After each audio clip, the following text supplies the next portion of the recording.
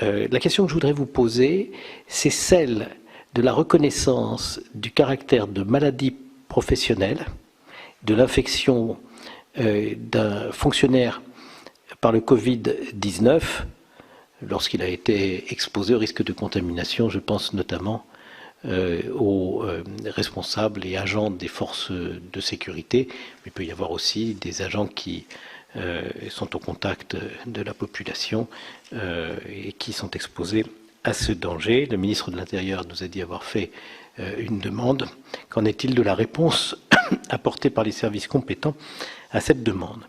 Une question plus complexe sur les risques de poursuites pénales auxquels s'exposent les employeurs publics, à commencer par les maires, quand sont contestées les mesures d'organisation qu'ils prennent.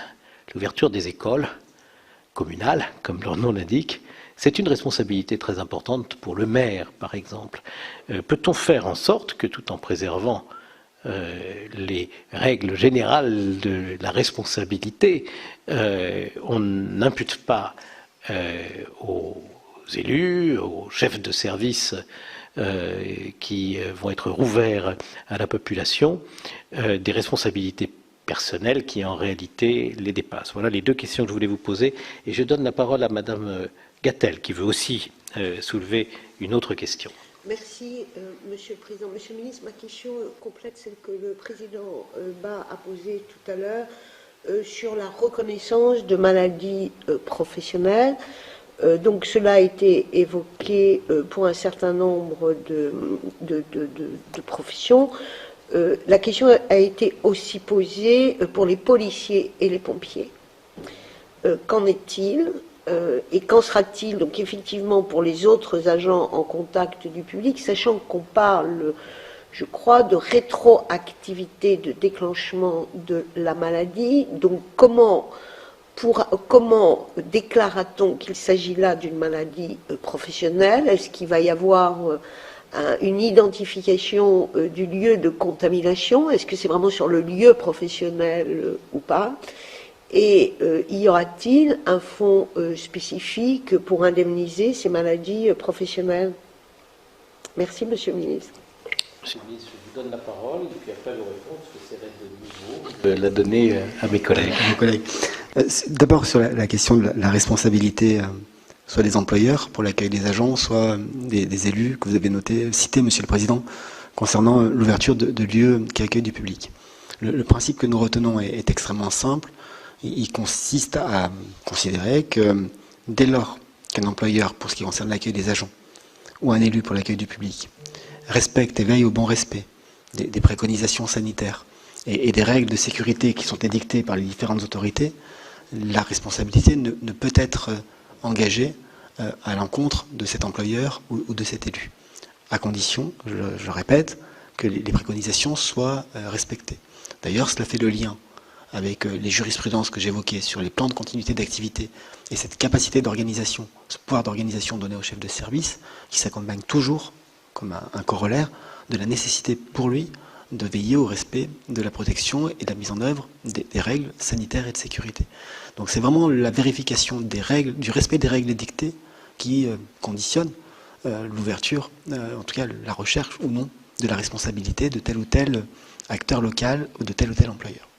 Sur la maladie professionnelle, le ministre des Solidarités et de la Santé s'y est engagé. Les soignants, quel que soit leur statut, quelles que soient leurs conditions d'emploi, verront le Covid-19 reconnu comme une maladie professionnelle. Je crois comprendre, et j'utilise volontairement cette formule prudente, je crois comprendre qu'il est impossible de savoir exactement dans quelles conditions une personne a été infectée par un virus, puisque si celui-ci est certainement traçable, le moment de la contamination et le lieu de la contamination doivent l'être plus difficilement. Mais l'engagement a été pris, partant du principe. Si vous le permettez, Monsieur le Ministre, oui, justement l'avantage, c'est qu'on n'a pas à se poser ce genre de questions. Une fois qu'on a reconnu le caractère de maladie professionnelle, l'imputabilité au service est présumée. Et c'est ce dont ont besoin policiers et gendarmes qui sont à longueur de journée au contact de la population, c'est de ne pas avoir justement à démontrer que c'est dans l'exercice de leurs fonctions qu'ils ont contracté le virus. Et donc, bien entendu, je comprends qu'une telle décision ne peut se prendre dans l'improvisation, mais il est certain qu'elle serait juste pour tous ceux qui ont été régulièrement en contact de très nombreux concitoyens à l'occasion de contrôles. C'est exactement à ce point-là que je voulais en venir, sur la présomption d'imputabilité. Et donc le ministre de la Santé et des Solidarités s'est engagé, et avec lui le gouvernement, à ce que ce soit le cas pour les soignants.